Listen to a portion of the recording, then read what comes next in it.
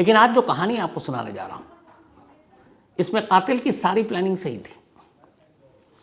कत्ल किया, कत्ल के बाद लाश के साथ 40 घंटे तक एक घर के अंदर, फिर लाश को एक ट्रॉली बैग में रखना है। बैग के साइज के हिसाब से लाश फिट नहीं बैठ रही तो उसके दोनों पैर काट दिए, ट्रॉली बैग में रखा, इंतजार किया कि कुछ ब्लड सूख जाए। 40 घंटे बीत गए। इसके बाद अब उस लाश को उस बैग के साथ हुगली नदी में फेंकने की प्लानिंग थी। सब कुछ ठीक था, टैक्सी भी की, फिर 2 टैक्सी बदली, फिर मौके पर पहुंचे, सब कुछ हुआ। लेकिन ऐन वक्त पर कुदरत ने एक ऐसा खेल खेला कि सारा भांडा फूट गया। तो ये वो केस है, वो कहानी है जिसे किसी पुलिस ने, किसी एजेंसी ने, किसी डिटेक्टिव ने, जासूस ने नहीं सुलझाया, बल्कि सीधे कुदरत ने सुलझा दिया। कैसे? पूरी कहानी कुछ यूं है। बात लास्ट संडे की है। कोलकाता के 24 परगना में एक माँ बेटी रहा करती थी। माँ का नाम आरती और बेटी का नाम फाल्गुनी। माँ की उम्र 55 साल, बेटी की उम्र 35 साल। माँ का डिवोर्स हो चुका था तो पति साथ में था नहीं, बेटी साथ में रहती थी।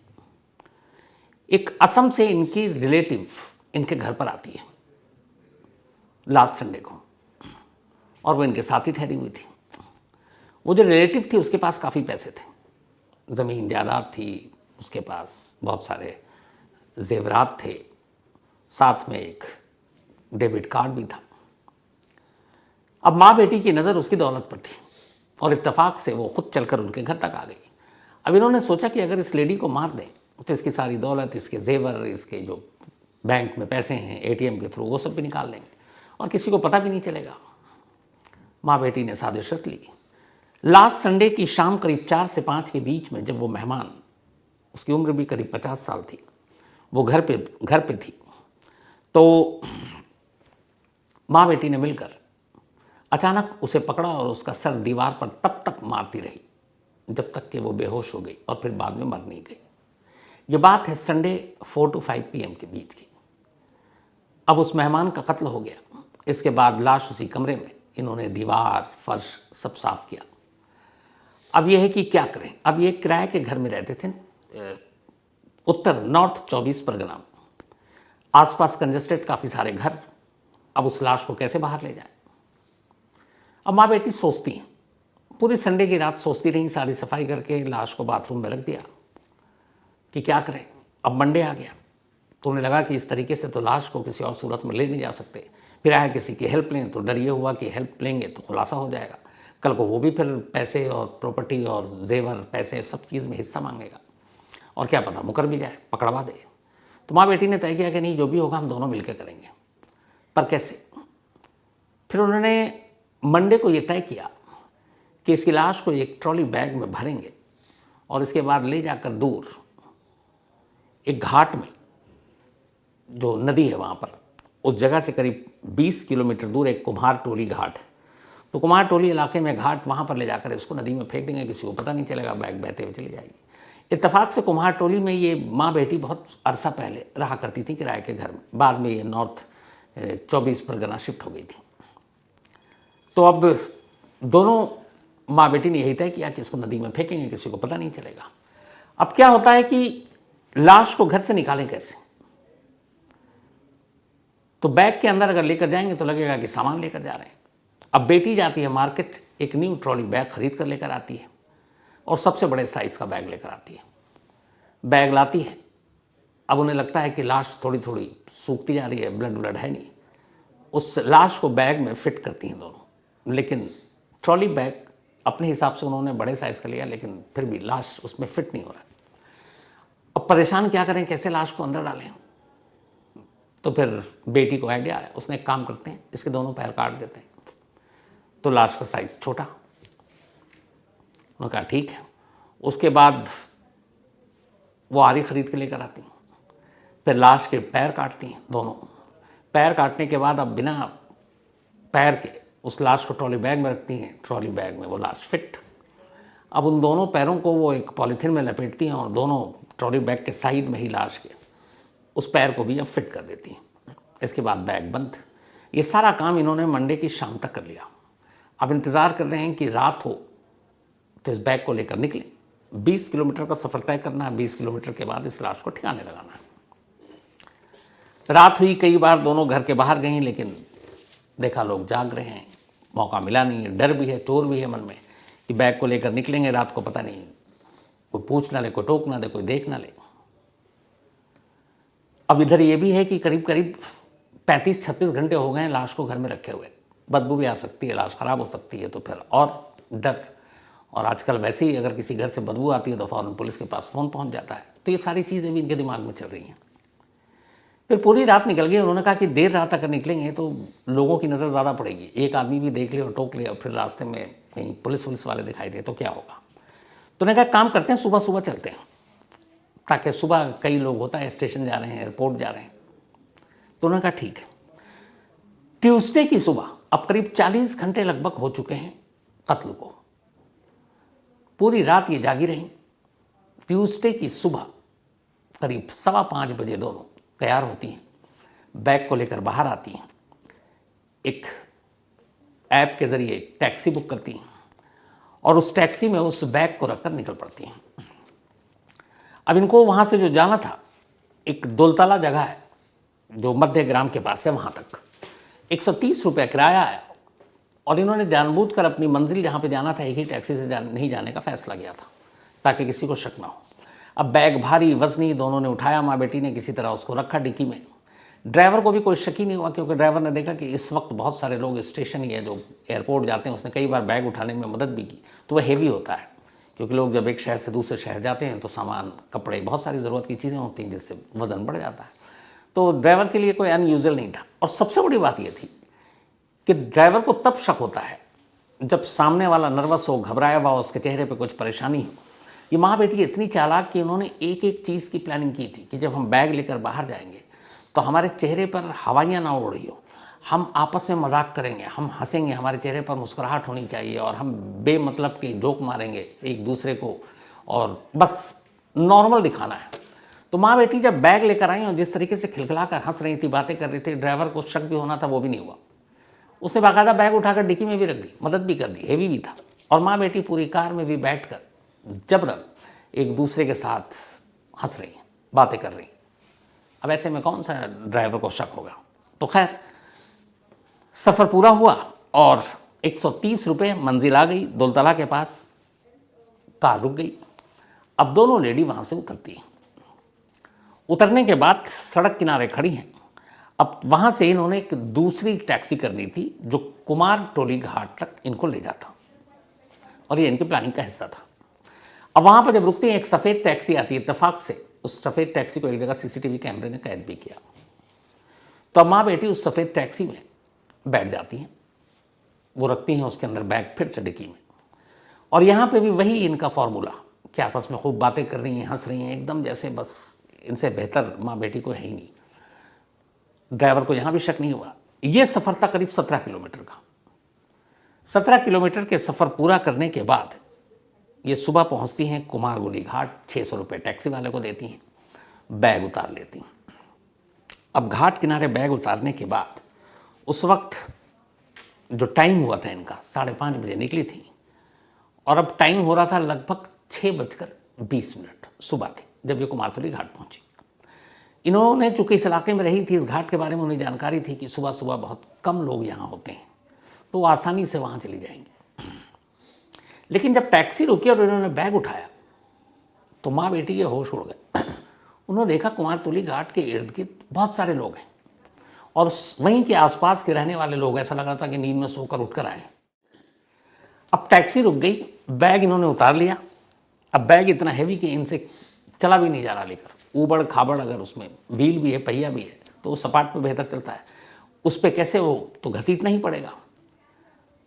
अब लोगों की भीड़, और लोग देख रहे हैं कि दो औरतें एक बड़ा सा सूटकेस, बड़ा सा ट्रॉली बैग लेकर बड़ी मुश्किल से उसको घसीटते हुए ले जा रही हैं। उन्हें लगा सुबह सुबह घाट के पास इतना बड़ा बैग लेकर ये दोनों महिलाएं क्यों। लेकिन उन दोनों महिलाओं को भी ये कि शक ना हो, वैसी मुस्कुरा रही, हंस रही हैं। लेकिन लोगों को अटपटा लगा। अच्छा, इधर भीड़ देखकर माँ बेटी को अटपटा लग रहा है कि उनके प्लान के हिसाब से तो यहाँ था नहीं कुछ ऐसा, और ये इतनी भीड़ कहाँ से आ गई।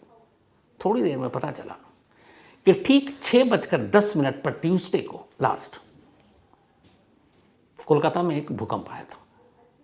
अभी लास्ट वीक दिल्ली में भी आया था, लास्ट वीक बहुत ज़ोर का था वो, करीब 5:36 पे पहली बार मुझे इतना ज़्यादा फील हुआ था, पूरा बेड हिलने लगा था और आवाज़ आई थी तब, क्योंकि भूकंप का एपिक सेंटर दिल्ली में ही था। तो वहाँ उस दिन कोलकाता में 6:10 पर भूकंप आया। जब भूकंप आया तो लोगों को एहसास हुआ, लोग डर के मारे, जब भूकंप होता है तो खुले में भागते हैं, किसी बिल्डिंग इमारत के इर्द गिर्द न खड़े हों, ये बताया जाता है।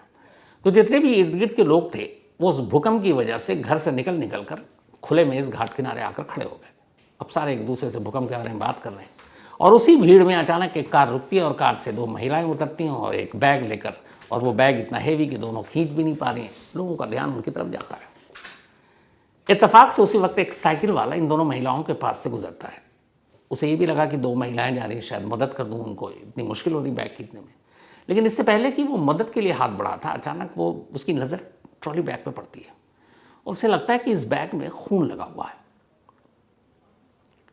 अब उसका माथा थोड़ा सा ठनका कि ये क्या है। वो साइकिल रोकता है और पूछता है कि इतना भारी बैग है और इसमें खून लगा हुआ है, यह है क्या। इत्तेफाक से जब वो ये बात कर रहा है, अब चूंकि भीड़ है भूकंप की वजह से बाहर आएगी और ये बैग लेकर चल रही है, लोगों को अब डाउट हो रहा है, क्योंकि हाल के वक्त में ऐसी बहुत सारी कहानियां मीडिया, सोशल मीडिया, अखबार में सब जगह आई हैं कि लाश को ठिकाने लगाने के लिए बड़े बड़े बैगों का इस्तेमाल होता है। तो लोगों के दिमाग में भी है, सुबह का वक्त है, लोग भूकंप की वजह से डर कर भाग रहे हैं घर से बाहर और ये 2 महिलाएं पूरे बैग समेत आई हुई हैं, तो ये अटपटा लग रहा है। तब वो साइकिल वाला जब कहता है, इत्तेफाक से उसमें से एक उस वक्त वीडियो बनाना शुरू कर देता है। अब साइकिल वाला बोल रहा है उससे कि इस बैग में क्या है दिखाओ। वो अब परेशान, खून के निशान। तो अचानक उनमें से एक कहती है कि हमारे एक कुत्ता है वो मर गया, तो उसी को हमने बैग में रखा है और यहाँ फेंकने के लिए लाए। इत्तेफाक से जब ये बातचीत चल रही थी, एक बंदा उस वीडियो को रिकॉर्ड कर रहा है। अब पहले आप वो वीडियो देखिए, जब रंगे हाथ उस साइकिल वाले ने ब्लड स्टेन यानी खून के निशान देखे ट्रॉली बैग पर, और वो उससे कह रहा है कि बैग में क्या है, बैग खोल कर दिखाओ। ये पूरा वीडियो सब रिकॉर्ड हुआ।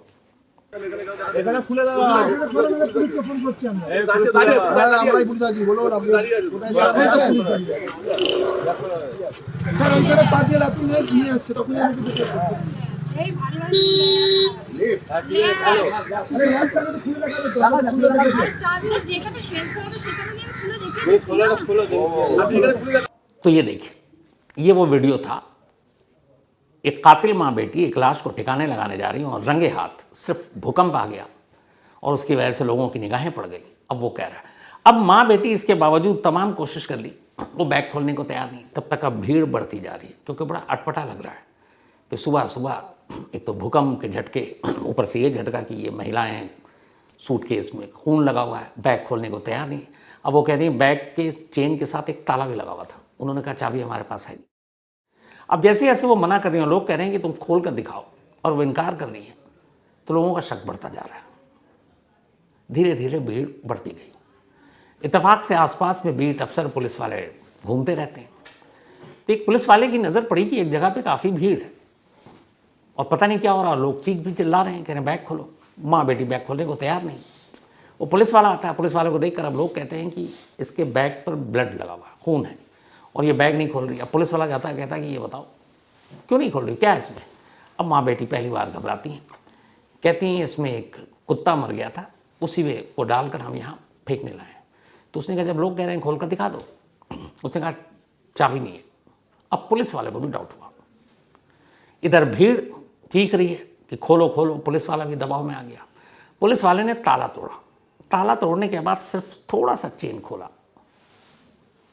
वो इंसानी हाथ और सारी चीज़ें दिख गई। उसने फौरन छोड़ दिया। अंदर ब्लड, लोगों की नज़र पड़ गई थी। कुछ लोग चीखे, कुछ पलटे, कुछ भागे, क्योंकि अपने जैसे इंसान को इस तरह से कटे फटे हालत में कोई भी देखना भी एक मतलब अजीब काम है। तो अब सामने लाश, पुलिस वाला बदहवास, लोग घबराए। अब लोगों ने जब देखा कि लाश है, तो अब लोगों की भीड़ उन माँ बेटी पर टूट पड़ी।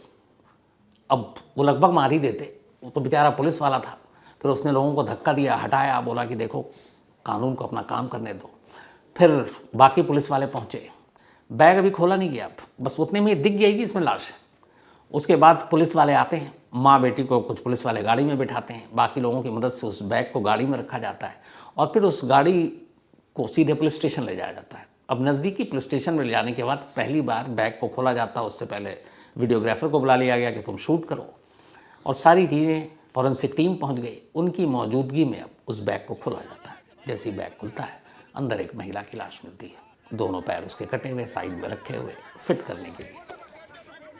अब माँ बेटी से पूछताछ होती है, तब वो कहानी बताती है कि 40 घंटे पहले उन्होंने असम के जोरहट से आई, ये दूर की एक रिलेटिव थी, पैसे के लालच में मार दिया था। संडे को शाम को 4 से 5 के बीच कत्ल किया। उसके बाद उसका डेबिट कार्ड लिया, पिन नंबर पहले पता था, फिर पिन नंबर बदला, उससे जाके 25,000 कैश निकाले, फिर एक ज्वेलरी शॉप गई, वहाँ से 70,000 के ज्वेलरी का ऑर्डर भी दे दिया, और इस दौरान में उससे बाकी उसकी प्रॉपर्टी ये सब पता कर चुकी थी। धीरे धीरे उन सब पे कब्जा करना था, और उसी हिसाब से लाश को ले जाकर, पुलिस वालों का कहना था कि जो ये घाट है, यहाँ पे बहुत सारी लाशें घाट में तो तैरती हुई मिली हैं, लेकिन घाट किनारे एक लाश के साथ पहली बार रंगे हाथ किसी कातिल को पकड़ने का ये पहला वाकया था। तो अब पुलिस इस मामले की जांच कर रही है। दोनों महिलाओं को कोर्ट में पेश किया गया, 13 मार्च तक उनको कस्टडी में भेज दिया गया है, और अब पुलिस इस मामले में जितने भी हैं, घर से जाकर फिर वहाँ से करीब 20 एविडेंस इकट्ठा किए। फॉरेंसिक टीम गई, जिस घर की दीवार पर, वहाँ के फर्श पर सारे निशान मिले, उन सारी चीज़ों को भी इकट्ठा किया गया।